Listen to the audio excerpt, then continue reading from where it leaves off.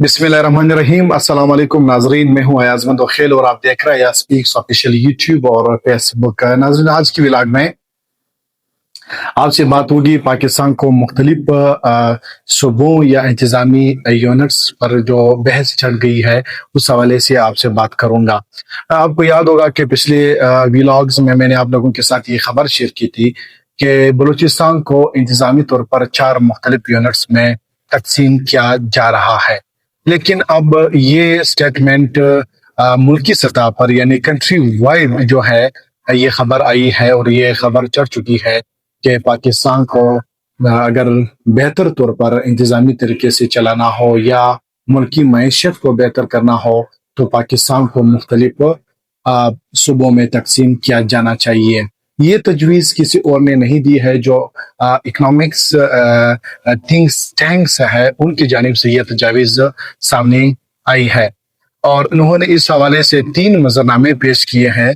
पहला जो मजरनामा पेश किया गया है उनके मुताबिक कि मुल्क को 12 छोटे सूबों में तकसीम करना चाहिए और इससे जो सूबों की आबादी है वो औसतन 2 करोड़ की आबादी तक महदूद हो जाएगी और जो सूबाई बजट है वो 994 अरब रुपए तक पहुंच जाएगा। और दूसरा जो मंजरनामा पेश किया गया है उसमें बताया गया है कि मुल्क को 15 से 20 नए छोटे सूबों में तकसीम कर देना चाहिए। हर सूबे की जो आबादी है वो 1 करोड़ 20 लाख से 1 करोड़ 7 लाख के दरमियान होगी।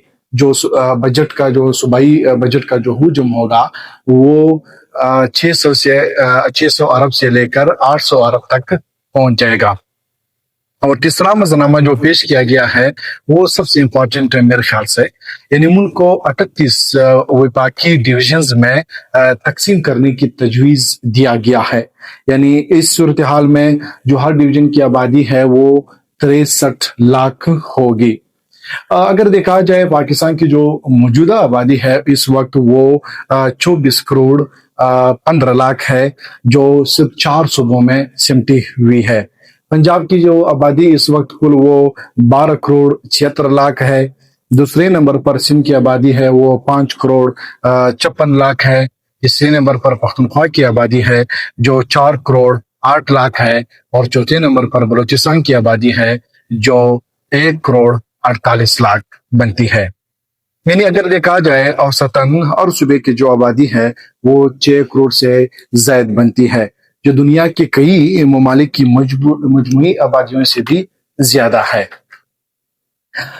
दूसरे पेज में अगर देखा जाए जो सूबों के मसाइल है यानी जो पावर्टी रेशो है या जो वसाइल की तकसीम के मद में जो पैसे मिलते हैं उस हवाले से अगर देखा जाए इस वक्त पंजाब में जो गुर्बत की शरह है वो सबसे कम है, यानी 30% है। दूसरे नंबर पर सिंध है जहां पर पावर्टी रेशो 45% है। तीसरे नंबर पर पख्तूनख्वा है जहां पर पावर्टी रेशो 48% है और चौथे नंबर पर फिर अनफॉर्चुनेटली बलूचिस्तान है जहां पर जो पावर्टी रेशियो है वो सबसे ज्यादा है, यानी 70%। यानी बलूचिस्तान के जो लोग हैं वहां पर इस वक्त 70% पॉपुलेशन जो है अंडर पावर्टी अपनी जिंदगी गुजार रही है।